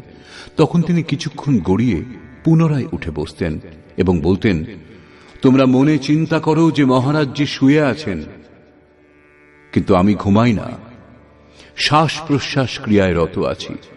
এখন বৃদ্ধাবস্থা, বসতে কষ্ট হয়, তাই আমি পড়ে থাকি। কিন্তু তোমাদের তো স্থির ও সোজা হয়ে বসে চিন্তন করা উচিত। যতক্ষণ তৈলধারার মতো শ্বাস প্রশ্বাস ক্রমাগত না পড়ে, লক্ষ্য রাখবে যেন ক্রমভঙ্গ না হয়, মাঝে কোনো সংকল্প যাতে ব্যবধান উৎপন্ন না করতে পারে, ততক্ষণ সতত প্রবৃত্ত থাকা সাধকের ধর্ম। আমার শ্বাস এখন বাঁশের মতো স্থির দাঁড়িয়ে গেছে। অনুগামীদের জন্য মহাপুরুষগণ উত্তম রূপে কর্মে প্রবৃত্ত থাকেন। জিস গুণ কো শিখাবে উসে করকে দিখাবে, অর্থাৎ আপনি আচরি ধর্ম জীবেরে শিখায়। এইরূপ স্বরূপস্থ মহাপুরুষের উচিত স্বয়ং কর্মে প্রবৃত্ত থেকে সাধকদেরও আরাধনায় প্রবৃত্ত হওয়ার জন্য প্রেরণা দান। সাধকদেরও শ্রদ্ধাপূর্বক আরাধনা ক্রিয়াতে প্রবৃত্ত হওয়া উচিত। কিন্তু জ্ঞানযোগী হন অথবা নিষ্কাম কর্মযোগী, সাধকের অহংকার হওয়া উচিত নয়। কার দ্বারা কর্ম হয়, কর্ম সম্পাদনের কারণ কি, এর ওপর শ্রীকৃষ্ণ আলোকপাত করলেন।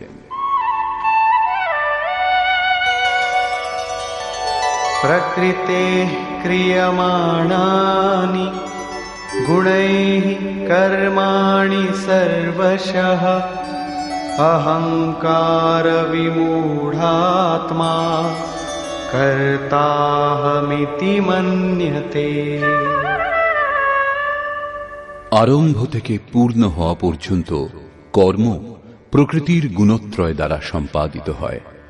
তা সত্ত্বেও অহংকারে যিনি বিশেষ রূপে মূঢ়, তিনি আমি কর্তা এই রূপ মনে করেন। একথা কিরূপে স্বীকার করা হবে যে আরাধনা প্রকৃতির গুণে হয়? এটা কি দেখেছেন?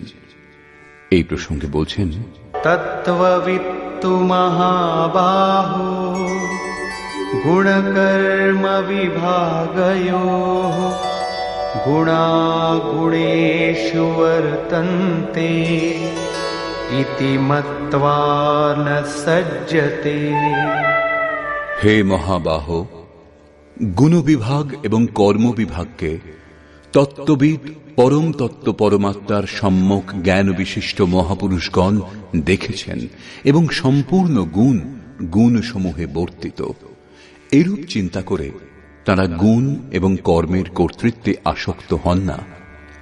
এখানে তত্ত্বের অর্থ পরম তত্ত্ব পরমাত্মা, 5টা অথবা 25টা তত্ত্ব নয়, লোকে যেমন কল্পনা করে থাকে। যোগেশ্বর শ্রীকৃষ্ণের বাণীতে তত্ত্ব একমাত্র পরমাত্মা, অন্য কোনো তত্ত্ব নেই। গুণাতীত হয়ে পরম তত্ত্ব পরমাত্মায় স্থিত মহাপুরুষ গুণের অনুসারে কর্মগুলির বিভাজন দেখতে পান। তামসিক গুণের প্রভাবে আলস্য, নিদ্রা, প্রমাদ, কর্মে প্রবৃত্ত না হওয়ার স্বভাব দেখা যায়। রাজসিক গুণের প্রভাবে আরাধনা থেকে সরে না আসার স্বভাব, শৌর্য এবং স্বামী ভাব দেখা যায়। সাত্ত্বিক গুণ কার্যরত হলে ধ্যান, সমাধি, অনুভবে উপলব্ধি, নিরন্তর চিন্তন, সরল স্বভাব হয়। গুণ পরিবর্তনশীল। প্রত্যক্ষদর্শী জ্ঞানী বুঝতে পারেন গুণ অনুসারে কর্মের উৎকর্ষ অপকর্ষ হয়। গুণ নিজের কর্ম করিয়ে নেয়, অর্থাৎ গুণে বর্তিত হয়। এরূপ চিন্তা করে প্রত্যক্ষদ্রষ্টা কর্মে আসক্ত হন না। কিন্তু যিনি গুণের অতীত হতে পারেননি, এখনো পথিক, তাকে কর্মে আসক্ত থাকতে হবে। সেই জন্য বললেন, প্রকৃতের গুণ সম্মূঢ়াঃ সজ্জন্তে গুণ কর্মসু তান কৃৎস্নবিদো মন্দান কৃৎস্নবিন্ন বিচালয়েৎ। প্রকৃতির গুণের দ্বারা মুগ্ধ পুরুষগণ কর্মে ক্রমশ নির্মল গুণের উন্নতি দেখে তাতে আসক্ত হন। সেই অসম্পূর্ণ জ্ঞান বিশিষ্ট মন্দান শিথিল চেষ্টা যাদের, তাদের উত্তম জ্ঞান সম্পন্ন জ্ঞানী পুরুষ চালিত করবেন না, তাদের হতোৎসাহ করবেন না, উৎসাহ দেবেন। কারণ কর্ম করেই পরম নৈষ্কর্ম স্থিতি লাভ হবে। নিজের শক্তি ও স্থিতি বুঝে কর্মে প্রবৃত্ত জ্ঞানমার্গী সাধকের উচিত গুণের প্রভাবে কর্মের আচরণ হচ্ছে বলে যেন মনে করেন। নিজেকে কর্তা ভেবে অহংকারী যেন না হয়ে যান।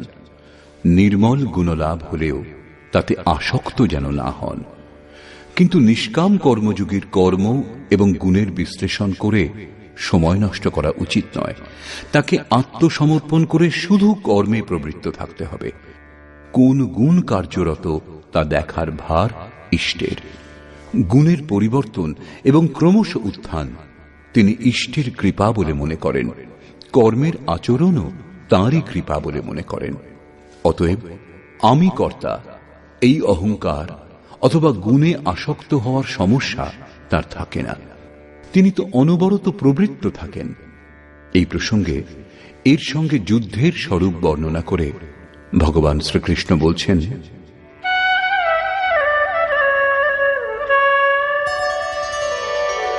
ময়ি সর্বাণি কর্মাণি সন্ন্যস্যাধ্যাত্মচেতসা নিরাশীর্নির্মমো ভূত্বা যুধ্যস্ব বিগতজ্বরঃ। সেই জন্য অর্জুন, তুমি অধ্যাত্ম চেতসা, অন্তরাত্মায় চিত্তকে নিরুদ্ধ করে ধ্যানস্থ হয়ে কর্মগুলি আমাতে সমর্পণ করে আশা, মমতা ও শোক শূন্য হয়ে যুদ্ধ করো। যখন চিত্ত ধ্যানস্থ, লেশমাত্র কিছু পাওয়ার আশা নেই, কর্মের প্রতি আসক্তি নেই, অসফলতার সন্তাপ নেই, তখন সেই পুরুষ যুদ্ধ কি করবেন? যখন চারিদিক থেকে চিত্ত সংযত হয়ে হৃদয় দেশে নিরুদ্ধ হয়ে আসছে, তখন সেই পুরুষ যুদ্ধ করতে যাবেন কেন? কার সঙ্গে যুদ্ধ করবেন? সে স্থানে কে বা আছে? বাস্তবে যখন আপনি ধ্যান করতে আরম্ভ করবেন, তখনই যুদ্ধের আসল স্বরূপ আপনি বুঝতে পারবেন। কাম, ক্রোধ, রাগ, দেশ, আশা, তৃষ্ণা ইত্যাদি বিকার সমূহ বিজাতীয় প্রবৃত্তিগুলি যাদের কুরু বলা হয়, এরা সংসারে যাতে প্রবৃত্তি হয় তারই চেষ্টা করবে, বিঘ্নরূপে ভয়ঙ্কর আক্রমণ করবে। এদের সঙ্গে সংঘর্ষের নামই যুদ্ধ। একে অতিক্রম করে যাওয়াই হল বাস্তবিক যুদ্ধ। এদের নিশ্চিহ্ন করে অন্তরাত্মায় মনকে স্থির করা, ধ্যানস্থ হওয়াই যথার্থ যুদ্ধ। এর ওপর পুনরায় জোর দিলেন।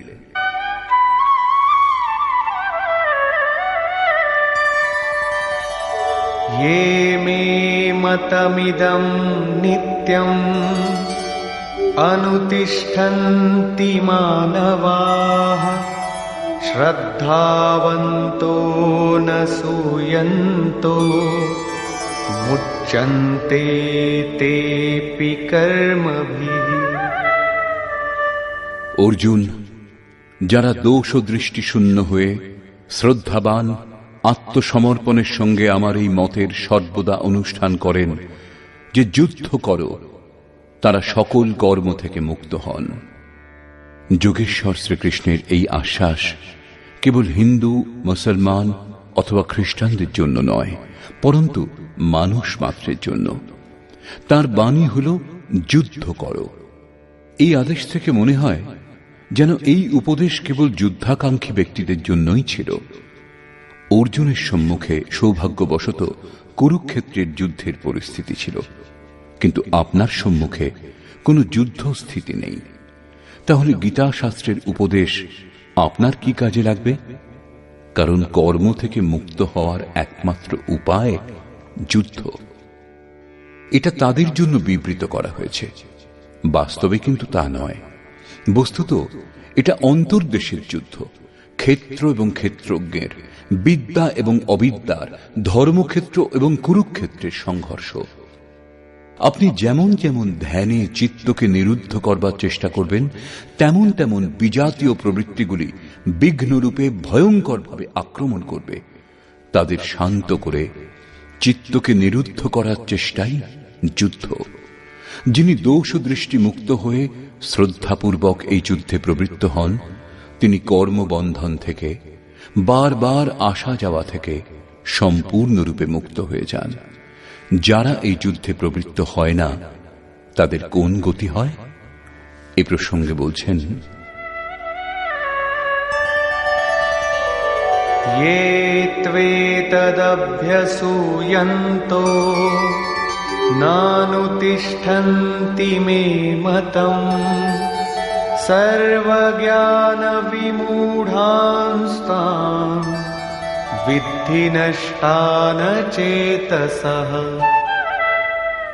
যে দোষ দৃষ্টিযুক্ত অচেতস অর্থাৎ মোহনিশায় অচেতন ব্যক্তিগণ আমার এই মতের অনুসারে অনুষ্ঠান করে না, অর্থাৎ ধ্যানস্থ হয়ে আশা, মমতা, সন্তাপ রহিত হয়ে আত্মসমর্পণ করে যুদ্ধে প্রবৃত্ত হয় না, সর্বজ্ঞান বিমূঢ়ান, জ্ঞান পথে সর্বদা মোহমুক্ত সেই ব্যক্তিগণকে তুমি কল্যাণভ্রষ্টই জানবে। যদি এটাই সত্য, তাহলে লোকে এর অনুষ্ঠান করে না কেন? এই প্রসঙ্গেও বললেন, सदृशं चेष्टते स्वस्याः प्रकृतेर्ज्ञानवानपि प्रकृतिं यान्ति भूतानि निग्रहः किं करिष्यति। সকল প্রাণী নিজের প্রকৃতিকে অনুসরণ করে, স্বীয় স্বভাবের বশীভূত হয়ে কর্মে অংশগ্রহণ করে। প্রত্যক্ষদর্শী জ্ঞানীও নিজের প্রকৃতির অনুরূপ কার্য করেন। প্রাণী নিজের কর্ম অনুসারে আচরণ করে, জ্ঞানী নিজ স্বরূপ অনুসারে। যেমন যার প্রকৃতির প্রভাব, সে সেরকমই কার্য করে থাকে, এটা স্বতঃসিদ্ধ। কেউ এর হাত থেকে নিস্তার পায় না। এই কারণেই সবাই আমার মতানুযায়ী কর্মে প্রবৃত্ত হতে পারে না। তারা আশা, মমতা, সন্তাপ, শব্দান্তরে রাগ, দেশ এদের ত্যাগ করতে পারে না, যার জন্য কর্মের সম্যক আচরণ হয় না। একেই আরো স্পষ্ট করলেন এবং অন্য কারণ দেখালেন। ইন্দ্রিয়স্যেন্দ্রিয়স্যার্থে রাগদ্বেষৌ ব্যবস্থিতৌ তয়োর্ন বশমাগচ্ছেৎ তৌ হ্যস্য পরিপন্থিনৌ। ইন্দ্রিয় এবং ইন্দ্রিয়গুলির ভোগে রাগ দেশ স্থিত, এই দুটির বশীভূত হওয়া উচিত নয়।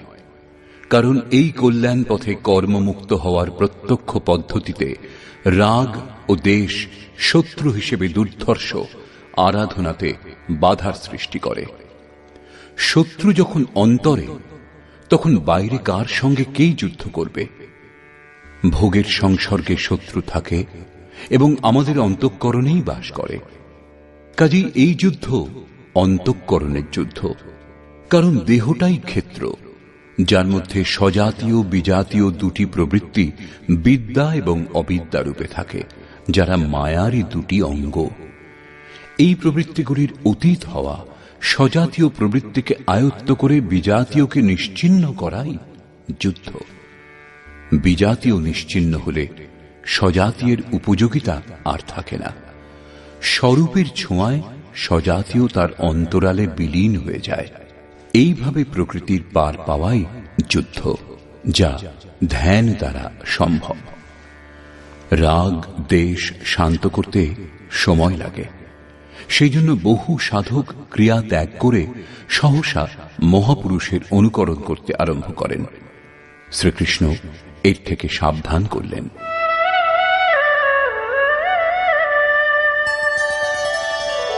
শ্রেয়ান স্বধর্মো বিগুণঃ পরধর্মাৎ স্বনুষ্ঠিতাৎ স্বধর্মে নিধনম শ্রেয়ঃ পরধর্মো ভয়াবহ।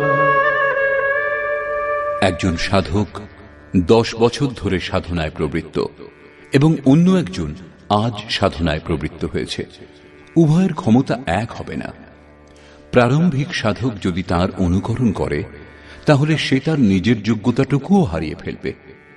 এই প্রসঙ্গেই শ্রীকৃষ্ণ বলছেন, উত্তম রূপে আচরিত পরধর্ম অপেক্ষা গুণরহিত নিজ ধর্ম অধিক উত্তম। কর্মে প্রবৃত্ত হওয়ার স্বভাবজাত ক্ষমতাই স্বধর্ম। নিজের ক্ষমতা অনুসারে সাধক কর্মে প্রবৃত্ত হলে একদিন মুক্তি লাভ করে।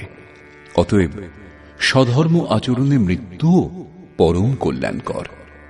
যেখানেই সাধনে ছেদ পড়ে, আবার দেহ লাভ করার পর সেখান থেকেই পুনরায় যাত্রা আরম্ভ হয়। আত্মার মৃত্যু হয় না। দেহের, বস্ত্রের পরিবর্তন হলেও বিচার বুদ্ধি বদলায় না। নিজের থেকে শ্রেষ্ঠ ব্যক্তির অনুকরণ করতে আরম্ভ করলে সাধক ভয় পাবেন। ভয় প্রকৃতিতে হয়, পরমাত্মায় নয়। প্রকৃতির আবরণ আরো ঘনীভূত হবে। ভগবৎ পথে অনুকরণের বাহুল্য দেখা যায়। একবার পূজ্য মহারাজজির প্রতি আকাশবাণী হয়েছিল যে তিনি যেন অনুসূয়াতে গিয়ে বসবাস করেন। তখন তিনি জম্মু থেকে চিত্রকূট এসেছিলেন এবং অনুসূয়ার ঘোর জঙ্গলে বাস করতে আরম্ভ করেছিলেন। অনেক মহাত্মা ওই পথ দিয়ে যাতায়াত করতেন। তাদের মধ্যে একজন লক্ষ্য করেছিলেন যে পরমহংসজি দিগম্বর অবস্থাতে থাকেন এবং তার সম্মানও অনেক। তখন সেই মহাত্মাও কৌপিন ত্যাগ করলেন। দণ্ডকমণ্ডলু অন্য এক সাধুকে দিয়ে ত্যাগী দিগম্বর সেজে বসলেন। কিছুকাল পরে এসে দেখলেন পরমহংসজি লোকের সঙ্গে কথাবার্তা বলেন, প্রয়োজন মতো সময় সময় তাড়না দেওয়ার ছলে অপশব্দও ব্যবহার করেন। মহারাজজির প্রতি আদেশ হয়েছিল তিনি যেন ভক্তদের কল্যাণার্থে কিছু তিরস্কার করেন, এই পথের পথিকদের ওপর প্রখর দৃষ্টি রাখেন। মহারাজের অনুকরণ করে সেই মহাত্মাও গালাগাল দিতে আরম্ভ করলেন, কিন্তু তার পরিবর্তে লোকেও তাকে ভালো মন্দ দু কথা শুনিয়ে দিত। তিনি তখন বলেছিলেন, পরমহংসজিকে কেউ কিছু বলে না, আর এখানে তো মুখে মুখে জবাব দিচ্ছে। বছর 2 পরে ফিরে এসে সেই মহাত্মা দেখেছিলেন যে পরমহংসজি গদিতে বসে লোকে পাখা দিয়ে বাতাস করছে, চামর ব্যজন করছে। তিনিও দেখা দেখি সেই জঙ্গলের এক ভাঙা বাড়িতে তক্তাপোষ আনিয়ে তাতে গদি পেতে 2টি লোক নিযুক্ত করলেন চামর ব্যজন করবার জন্য। প্রতি সোমবার ভিড়ও হতে লাগল। পুত্রের ইচ্ছুক 50 টাকা দিন, কন্যার ইচ্ছুক 25 টাকা দিন, পরন্তু কথায় বলে উঘরে অন্ত না হই নিবাহ। 1 মাসের মধ্যেই সেই সাধুকে সে স্থান ত্যাগ করে অন্যত্র যেতে হয়েছিল। মান প্রতিষ্ঠা সব খুইয়ে বসেছিলেন। এই ভগবৎ পথে অনুকরণের কোনো স্থান নেই। সাধকের উচিত স্বধর্মেরই আচরণ করা। স্বধর্ম কি? 2য় অধ্যায়ে শ্রীকৃষ্ণ স্বধর্মের উল্লেখ করেছিলেন। স্বধর্ম লক্ষ্য করলেও তুমি যুদ্ধ করার উপযুক্ত পাত্র। এর চেয়ে শ্রেষ্ঠ কল্যাণকর পথ ক্ষত্রিয়ের জন্য আর নেই। স্বধর্মে অর্জুন ক্ষত্রিয়। যোগেশ্বর সংকেত করলেন, অর্জুন, যারা ব্রাহ্মণ তাদের জন্য বেদের উপদেশ ক্ষুদ্র জলাশয়ের তুল্য। তুমি বেদের ঊর্ধ্বে ওঠো এবং ব্রাহ্মণ হও, অর্থাৎ স্বধর্মে পরিবর্তন সম্ভব। এখানে পুনরায় বললেন, রাগ দেশের বশীভূত হইও না, এদের কাটিয়ে ওঠো, স্বধর্মই শ্রেয়স্কর। তার বলবার অর্থ এই নয় যে অর্জুন কোন ব্রাহ্মণের অনুকরণ করে তার মতো বেশভূষা ধারণ করুক। কর্মের একমাত্র পথকেই মহাপুরুষগণ 4টি শ্রেণীতে বিভক্ত করেছেন: নিকৃষ্ট, মধ্যম, উত্তম এবং অতি উত্তম। এই শ্রেণী বিভাগকে সাধকের জন্য ক্রমশ শূদ্র, বৈশ্য, ক্ষত্রিয় এবং ব্রাহ্মণের সংজ্ঞা দিলেন। শূদ্র স্থিতি সেবা ধর্ম থেকেই কর্মের আরম্ভ হয় এবং সাধনাক্রমে ওই সাধকই ব্রাহ্মণের স্থিতি লাভ করতে পারেন। এর পরের অবস্থাতে সাধক যখন পরমাত্মায় স্থিতি লাভ করেন তখন না ব্রাহ্মণ না ক্ষত্রিয় না বৈশ্য না শূদ্র চিদানন্দ রূপ শিবোহম শিবোহম। তিনি বর্ণগুলির ঊর্ধ্বে উঠে যান। এ কথাই শ্রীকৃষ্ণও বললেন যে চাতুর্বর্ণং ময়া সৃষ্টং, এই 4 বর্ণের সৃষ্টিকর্তা আমি। তাহলে কি জন্মের আধারে মানুষের জাতি বিভাগ করা হয়েছে? না, গুণ কর্ম বিভাগশঃ, গুণের আধারে কর্ম বিভাগ করেছি। কর্ম কি? তা কি সাংসারিক কর্ম? শ্রীকৃষ্ণ বললেন, না, তা হল নিয়ত কর্ম। এই নিয়ত কর্ম কি? তিনি বললেন, যজ্ঞের প্রক্রিয়ায় নিয়ত কর্ম, যার দ্বারা শ্বাসকে প্রশ্বাসে আহুতি, প্রশ্বাসকে শ্বাসে আহুতি, ইন্দ্রিয় সংযম ইত্যাদি, যার শুদ্ধ অর্থ হল আরাধনা, যোগ সাধনা। আরাধ্য দেব পর্যন্ত পৌঁছিয়ে দেয় যে বিধি বিশেষ, তাই হল আরাধনা। এই আরাধনা কর্মকেই 4টি শ্রেণীতে বিভাগ করা হয়েছে। যার যেমন ক্ষমতা, সেই ক্ষমতা অনুযায়ী নিজ শ্রেণী থেকেই তার আরম্ভ করা উচিত। একেই বলে সকলের নিজ নিজ ধর্ম। যদি কেউ শ্রেষ্ঠ পুরুষের অযৌক্তিক অনুকরণ করে তাহলে তা বিড়ম্বনার কারণ হয়ে দাঁড়ায়। তার নাশ হবে না, কারণ এতে বীজের নাশ নেই, কিন্তু সে প্রকৃতির চাপে ভয়াক্রান্ত, দিনহীন নিশ্চয়ই হয়ে যাবে। যদি প্রথম শ্রেণীর কোনো ছাত্র স্নাতক শ্রেণীতে বসতে আরম্ভ করে তাহলে কি তার পাঠ্য বিষয় বোধগম্য হবে? সে প্রারম্ভিক বর্ণমালা থেকেও বঞ্চিত হয়ে যাবে। অর্জুন প্রশ্ন করলেন যে মানুষ স্বধর্মের আচরণ করতে পারে না কেন? অর্জুন উবাচ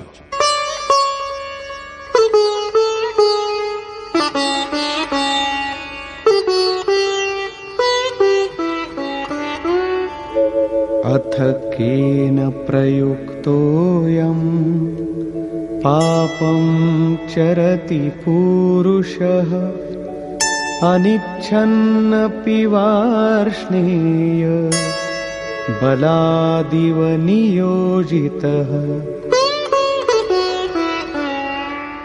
হে কৃষ্ণ, মানুষ কার দ্বারা চালিত হয়ে অনিচ্ছা সত্ত্বেও যেন বলপূর্বক নিযুক্ত হয়ে পাপাচরণে প্রবৃত্ত হয়, আপনার মতানুসারে চলতে পারে না কেন? এই প্রসঙ্গে যোগেশ্বর শ্রীকৃষ্ণ বললেন, শ্রী ভগবান উবাচ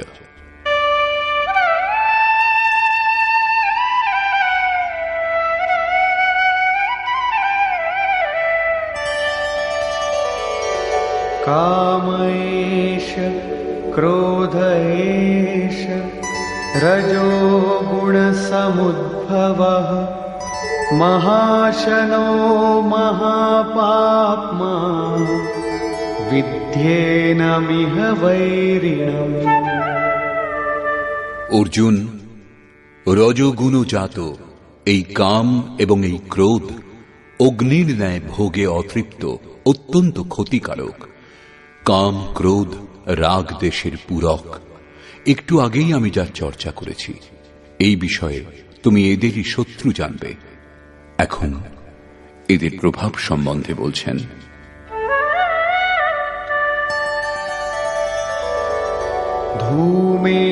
धूमेनाव्रियते वह्नि यथादर्शो मलेन च यथोल्बेनावृतो गर्भः तथा तेनेदमावृतम्। যেরূপ ধূম দ্বারা অগ্নি, ময়লা দ্বারা দর্পণ এবং জরায়ুর দ্বারা গর্ভ আবৃত থাকে, সেরূপ কাম ক্রোধাদি বিকার সমূহ দ্বারা এই জ্ঞান আবৃত থাকে। ভিজে কাঠ জ্বালালে কেবল ধোঁয়াই হয়, আগুন থাকা সত্ত্বেও শিখার রূপ নিতে পারে না। ময়লা দিয়ে ঢাকা দর্পণে যেরূপ প্রতিবিম্ব স্পষ্ট হয় না, জরায়ুর দ্বারা যেরূপ গর্ভ আবৃত থাকে, সেরূপ এই বিকারগুলি থাকতে পরমাত্মার প্রত্যক্ষ জ্ঞান হয় না। आवृतं ज्ञानमेतेन ज्ञानिनो नित्यवैरिणा कामरूपेण कौन्तेय दुष्पूरेणानलेन च। কৌন্তেয়, অগ্নির ন্যায় ভোগে অতৃপ্ত জ্ঞানীর চিরশত্রু এই কাম দ্বারা জ্ঞান আবৃত থাকে। এখন শ্রীকৃষ্ণ কাম এবং ক্রোধ দুটি শত্রুর কথা বললেন। এই শ্লোকে তিনি কেবল একটা শত্রু কামের বিষয় বললেন।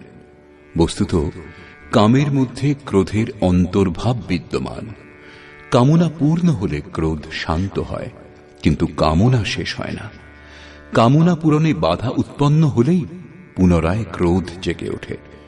কামের অন্তরালে ক্রোধ নিহিত থাকে। এই শত্রুর উৎস কোথায়, কোথায় একে খুঁজবে? শত্রুর নিবাস জানা থাকলে এর সমূল বিনাশে সুবিধা হবে। এই প্রসঙ্গে শ্রীকৃষ্ণ বললেন, ইন্দ্রিয়াণি মনো বুদ্ধি अस्याधिष्ठानमुच्यते एतैर्विमोहयत्येष জ্ঞানমাবৃত্য দেহিনম। ইন্দ্রিয় সমূহ, মন এবং বুদ্ধি, এদেরই কামের আশ্রয় বলা হয়। কাম, মন, বুদ্ধি এবং ইন্দ্রিয় সমূহের দ্বারাই জ্ঞানকে আবৃত করে জীবকে মোহমুগ্ধ করে। তস্মাৎ ত্বমিন্দ্রিয়াণ্যাদৌ নিয়ম্য ভরতর্ষভ পাপ্মানং প্রজহিয়েনং জ্ঞান বিজ্ঞাননাশনম। সেই জন্য অর্জুন, তুমি আগে ইন্দ্রিয়গুলিকে নিয়ম্য সংযত করো, কারণ এর অন্তরালে শত্রু বিদ্যমান। তা তোমার দেহের ভিতরে বাইরে খুঁজলে কোথাও পাবে না। এটা হৃদয় রাজ্যের অন্তর্জগতের যুদ্ধ। ইন্দ্রিয় সমূহকে বশ করে জ্ঞান এবং বিজ্ঞানের বিনাশক এই ক্ষতিকারক কামের নাশ করো। কাম সহজে আয়ত্তে আসে না, অতএব বিকারের নিবাস স্থানকেই অবরুদ্ধ করো, ইন্দ্রিয় সমূহকেই সংযত করো। কিন্তু ইন্দ্রিয় সমূহ এবং মনকে সংযত করা খুব কঠিন। আমি কি তা করতে পারব? এই প্রসঙ্গে শ্রীকৃষ্ণ তাঁর সামর্থ্য বলে উৎসাহ দিচ্ছেন।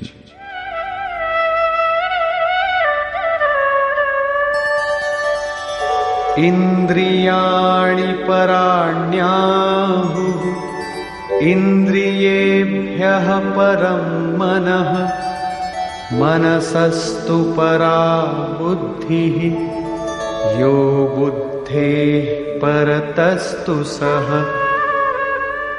অর্জুন, এই দেহ থেকে ইন্দ্রিয়গণকে শ্রেষ্ঠ অর্থাৎ সূক্ষ্ম এবং বলবান বলে জানবে। ইন্দ্রিয় সমূহ থেকে মন শ্রেষ্ঠ এবং বলশালী, মন থেকে বুদ্ধি শ্রেষ্ঠ এবং যিনি বুদ্ধির থেকেও অত্যন্ত শ্রেষ্ঠ তিনিই তোমার আত্মা এবং সেই হলে তুমি। সেই জন্য ইন্দ্রিয় সমূহ, মন এবং বুদ্ধি নিরুদ্ধ করতে তুমি সক্ষম।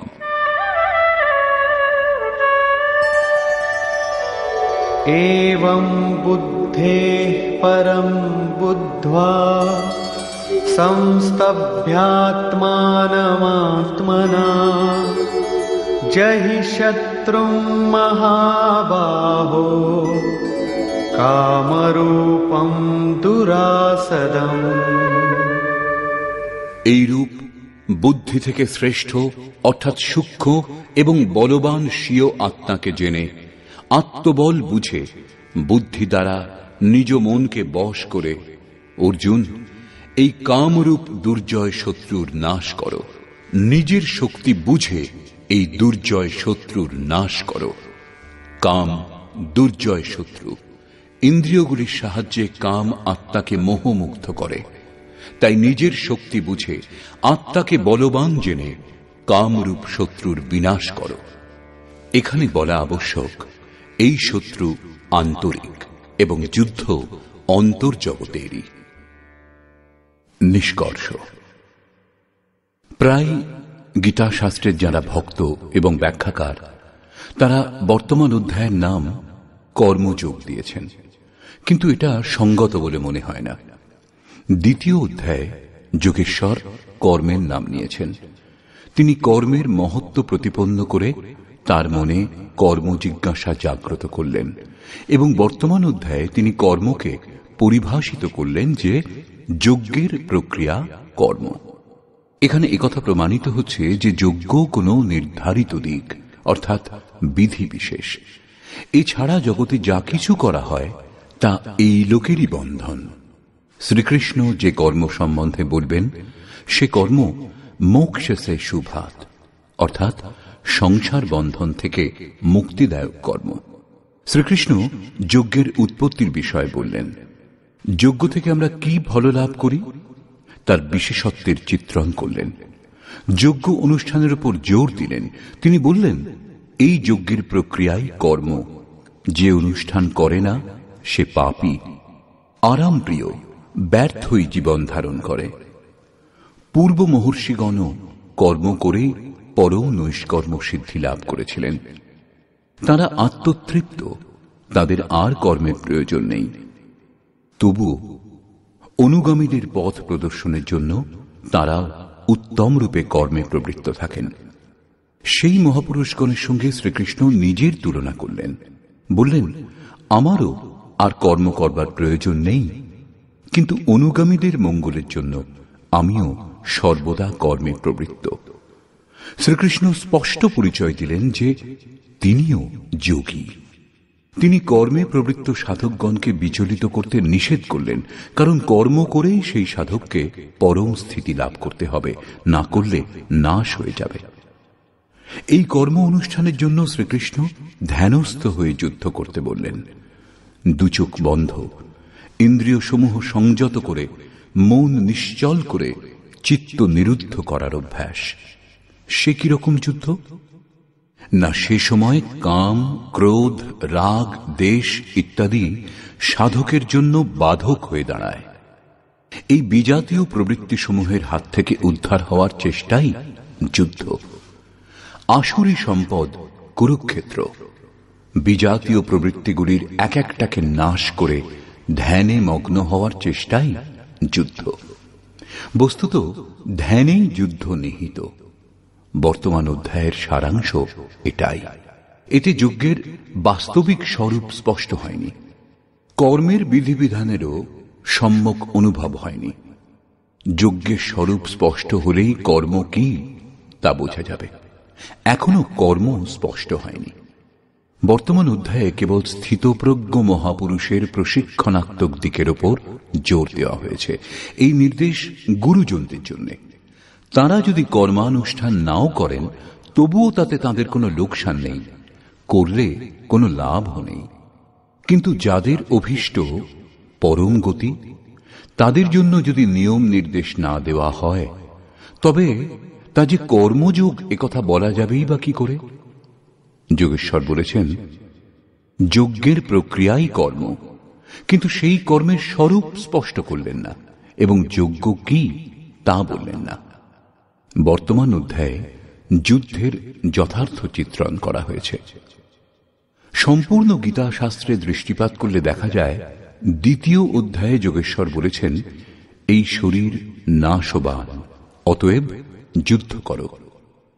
গীতা শাস্ত্রে যুদ্ধের বাস্তবিক কারণ এটাই। পরে জ্ঞান যোগের বিষয়ে ক্ষত্রিয়ের জন্য যুদ্ধই কল্যাণের একমাত্র সাধন বলা হয়েছে। তিনি বললেন, অর্জুন, এই বুদ্ধি তোমার জন্য জ্ঞান যোগের বিষয় বলা হয়েছে। কোন বুদ্ধি?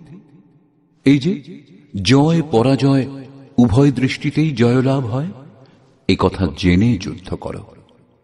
চতুর্থ অধ্যায়ে বলেছেন, যোগে স্থিত হয়ে হৃদয়ে স্থিত এই স্বীয় সংশয় জ্ঞানরূপ অসি দ্বারা ছেদন করে যুদ্ধার্থে উত্থিত হও। পঞ্চম অধ্যায় থেকে দশম অধ্যায় পর্যন্ত যুদ্ধের কোনো চর্চা করেননি। একাদশ অধ্যায়ে কেবল এই বলেছেন, এই শত্রুগণ আমার দ্বারা পূর্বেই নিহত হয়েছে, তুমি নিমিত্ত মাত্র হও, যশ লাভ করো। এই মৃতদিগকে তুমি বধ করো, যিনি প্রেরক তিনি করিয়ে নেবেন, মৃতদেরই বধ করো। পঞ্চদশ অধ্যায়ে সংসারকে দৃঢ়মূল অশ্বত্থ বৃক্ষের ন্যায় বলা হয়েছে, যাকে অসঙ্গতারূপী অস্ত্র দ্বারা ছেদন করে ওই পরম পদের অনুসন্ধান করবার জন্য নির্দেশ দেওয়া হয়েছে। পরবর্তী অধ্যায়গুলিতে যুদ্ধের উল্লেখ নেই। ষষ্ঠদশ অধ্যায়ে অসুরের চিত্রণ অবশ্যই করা হয়েছে, যারা নরকগামী। শুধু বর্তমান অধ্যায়ে যুদ্ধের বিশদ বর্ণনা আছে।